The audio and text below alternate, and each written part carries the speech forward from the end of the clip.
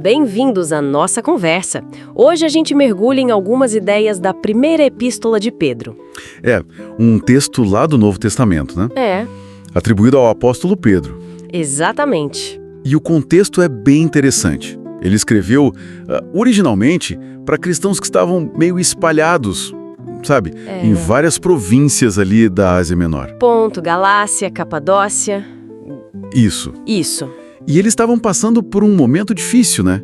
Enfrentando perseguição por causa da fé deles. Pois é, então a nossa ideia aqui é tentar extrair as mensagens centrais. Coisas como esperança, santidade, como se portar no dia a dia, né? Diante das autoridades, no sofrimento. Serviço cristão, as bênçãos prometidas. Tem bastante coisa. Tem sim. Vamos lá então?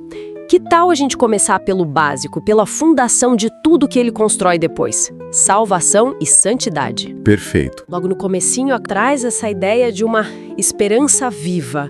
Uma esperança que, vem da ressurreição de Cristo. Isso é muito forte, né? É o ponto de partida. Essa esperança leva à salvação.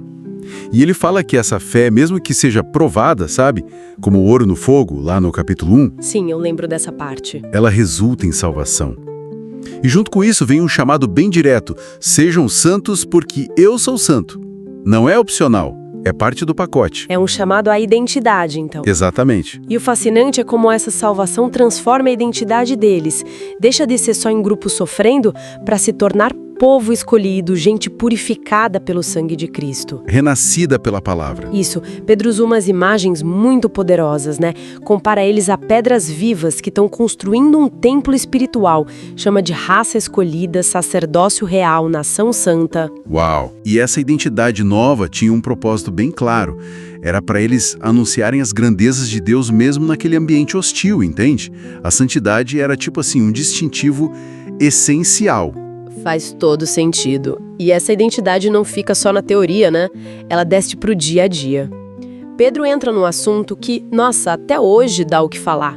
A submissão. Ah, sim. Num tema bem prático. E não é só no casamento que ele aborda mais pra frente. Já no capítulo 2, ele fala sobre obedecer às autoridades humanas, o imperador, os governadores. Sim, e ele conecta isso diretamente à vontade de Deus, diz que agir corretamente, mesmo sob essas autoridades, era uma forma de calar as críticas, sabe? Pelo bom comportamento. E o ponto central, que a gente não pode perder de vista, é o motivo. Por causa do Senhor. Não é uma questão de ser inferior, mas de ter uma conduta que honre a Deus e que sirva de testemunho, né? Entendi. No caso das autoridades, era viver de forma exemplar, mesmo num governo que não tinha a mesma fé. No trabalho, agir certo mesmo com chefes complicados. E aí sim, no capítulo 3, ele aplica ao casamento. Como funciona essa aplicação no casamento? Bom, ele fala que a conduta respeitosa da esposa, mesmo sem palavras, pode ganhar o marido que não crê. E para o marido, a orientação é tratar a esposa com honra, com respeito, como co-herdeira da graça. A ênfase na beleza que vem de dentro, sabe? E no respeito mútuo que reflete a fé deles. E falando em dificuldades como o ambiente hostil que você mencionou, a carta não foge da realidade do sofrimento, né? Principalmente ali nos capítulos 3 e 4. De jeito nenhum. Encara de frente. E encoraja a suportar o sofrimento por fazer o bem, se for essa a vontade de Deus. Usa até o próprio Cristo como exemplo máximo, né? Que sofreu por nós. Exatamente. Tem aquela frase forte, né? Amados, não estranhem a ardente provação. Como se fosse algo estranho, mas para se alegrarem por estarem participando das aflições de Cristo. Que mudança de perspectiva. E mesmo no meio desse sofrimento, ou talvez por causa dele, vêm os deveres práticos. Manter uma conduta boa aos olhos dos outros. Sim, para que mesmo os que criticam vejam as boas obras. Amar uns aos outros de verdade, porque o amor cobre multidão de pecados. Ser hospitaleiro sem ficar reclamando. E usar os dons que cada um recebeu para servir a comunidade, né? Como bons administradores da graça de Deus. Não é para se fechar no sofrimento, não. Não mesmo. E aqui tem uma coisa muito importante. O sofrimento por ser cristão é ressignificado.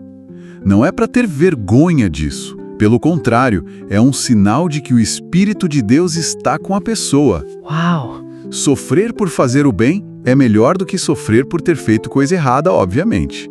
E essa visão diferente do sofrimento deveria levar a uma confiança ainda maior em Deus, sabe? Continuar fazendo o bem mesmo no meio das provações. Entregando a alma ao Criador fiel, como ele diz? Isso. Bom, aí a gente chega no finalzinho, capítulo 5. Os consejos ficam bem direcionados, né? Primeiro para os líderes, os presbíteros. Sim, um chamado para cuidarem do rebanho de Deus, mas não de qualquer jeito, com boa vontade, não por obrigação ou por dinheiro. Mas por desejo de servir, sendo exemplos. Exatamente. E para todo mundo o chamado é para humildade, uns com os outros. Porque, como ele cita, Deus se opõe aos orgulhosos, mas concede graça aos humildes. Humildade e confiança parecem andar juntas aqui. Totalmente. Se a gente amarra tudo isso, a humildade e a confiança em Deus, entreguem todas as suas preocupações a Deus, pois Ele cuida de vocês, são tipo a base para resistir. Resistir ao adversário que ele menciona também. Isso. Para ficar firme na fé contra as pressões, os ataques. E a promessa final poxa, é poderosa demais. Depois desse período de sofrimento, o próprio Deus vai aperfeiçoar, firmar, fortalecer e estabelecer os fiéis. E tem a coroa da glória também para os líderes fiéis. Tem a coroa da glória, é a recompensa final. Puxa, que percurso, hein?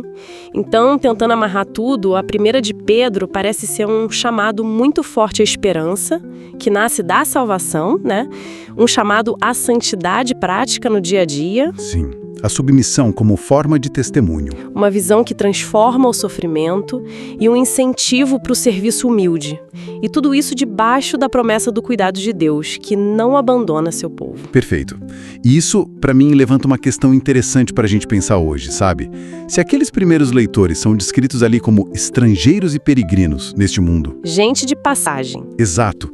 Como essa identidade de quem está só de passagem por aqui deveria moldar a nossa maneira de encarar as dificuldades e as responsabilidades do dia a dia, hein? Sempre com os olhos naquela glória eterna que foi prometida lá no finalzinho.